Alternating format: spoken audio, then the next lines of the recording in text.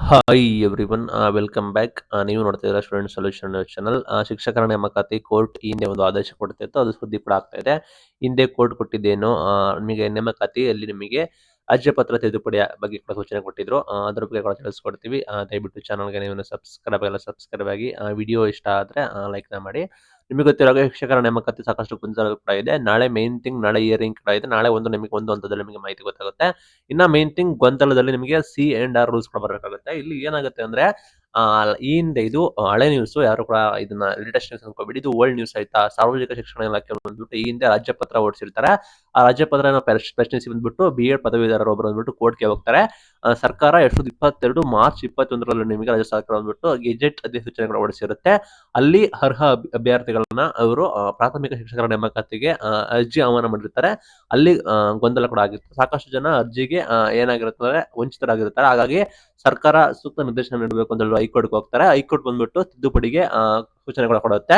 ಇದು ಗೊಂದಲ ಇರುತ್ತೆ ಆಯ್ತಾ. ಇದು ಏನ್ ಮಾಡ್ಬಿಟ್ಟು ಕಾಮರ್ಸ್ ಪದವೀಧರರು, ನಿಮಗೆ ಗೊತ್ತಿರೋ ಹಾಗೆ ಅವ್ರಿಗೂ ಕೂಡ ಕನ್ಸಿಡರ್ ಕೂಡ ಮಾಡಬೇಕು ಅನ್ನೋ ಗೊಂದಲ ಕೂಡ ಇರುತ್ತೆ. ಅದರಲ್ಲಿ ಹೈಕೋರ್ಟ್ ತಿದ್ದುಪಡಿಗೆ ಕೋರ್ಟ್ ಕೂಡ ಸೂಚನೆ ಕೊಟ್ಟಿದೆ.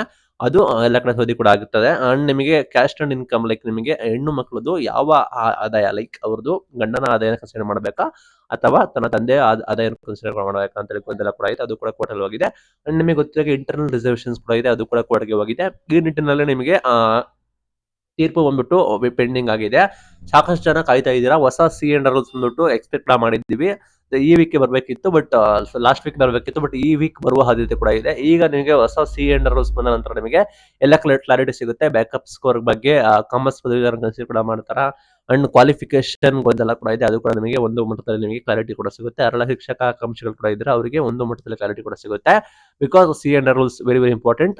ಸರ್ಕಾರ ಯಾಕೆ ಡಿಲೇ ಕೂಡ ಮಾಡ್ತಾ ಇದೆ, ನಾವು ಒಂದು ಕಮಿಟಿ ಮುಂದೆ ಇದೀವಿ, ಕಮಿಟಿ ನಂತರ ನಾವು ತೀರ್ಮಾನ ಕೈಗೊಳ್ತೀವಿ ಅಂತ ಹೇಳಿ ಸರ್ಕಾರದವರು ಇದ್ದಾರೆ. ಬಿಕಾಸ್ ಯಾಕೆಂದ್ರೆ ಇಲ್ಲಿ ನಿಮಗೆ ಗೊತ್ತಿರೋ ಹಾಗೆ ಒಂದು ಬಾರಿ ಏನಾದ್ರು ಅವರು ಸಿ ಅಂಡ್ ಆರ್ ನಿಯಮವನ್ನು ಕೂಡ ಅವರು ಘೋಷಣೆ ಕೂಡ ಮಾಡಿದ್ರೆ ಅಲ್ಲಿ ಬ್ಯಾಕಪ್ ಸ್ಕೋರ್ ಗೊಂದಲ ಆಗಿರ್ಬೋದು, ಕ್ವಾಲಿಫಿಕೇಶನ್ ಗೊಂದಲ ಆಗಿರ್ಬೋದು, ಯಾವುದೇ ರೀತಿ ಗೊಂದಲ ಕೂಡ ಇದ್ರೆ ಮತ್ತೆ ಸಮಸ್ಯೆ ಕೂಡ ಆಗುತ್ತೆ. ಮತ್ತೆ ಯಾರಾದ್ರೂ ಕೋರ್ಟ್ಗೆ ಹೋದ್ರೆ ಮತ್ತೆ ಅದು ವರ್ಷಾನುಗಟ್ಟಲೆ ಕಾಲ ಕಾಯ್ಬೇಕಾಗುತ್ತೆ. ಆ ನಿಟ್ಟಿನಲ್ಲಿ ಸಮಸ್ಯೆ ಕೂಡ ಆಗಿದೆ. ಇದು ಬಂದ್ಬಿಟ್ಟು ಓಲ್ಡ್ ನ್ಯೂಸ್. ರಾಜ್ಯಪತ್ರ ತಿದ್ದುಪಡಿಗೆ ಈ ಹಿಂದೆ ಕೋರ್ಟ್ ಸೂಚನೆ ಕೊಟ್ಟಿತ್ತು.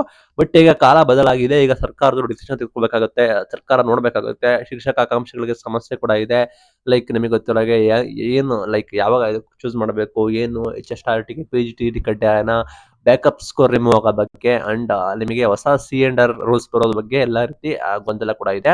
ಆ ಗೊಂದಲಕ್ಕೆ ಕ್ಲಾರಿಟಿ ಸಿಗಬೇಕು. ನಾಳೆ ನಿಮಗೆ ಒಂದು ಮಟ್ಟದಲ್ಲಿ ನಿಮಗೆ ಕ್ಲಾರಿಟಿ ಸಿಗುತ್ತೆ. ನೇಮಕಾತಿ ಪ್ರಕ್ರಿಯೆ ಶುರು ಆಗುತ್ತಾ ಡಿಲೇ ಆಗುತ್ತಾ ಅಂತ ಹೇಳಿ. ದಯವಿಟ್ಟು ಚಾನಲ್ ಸಬ್ಸ್ಕ್ರೈಬ್ ಆಗಿರಿ. Thank you for watching till end. Thank you.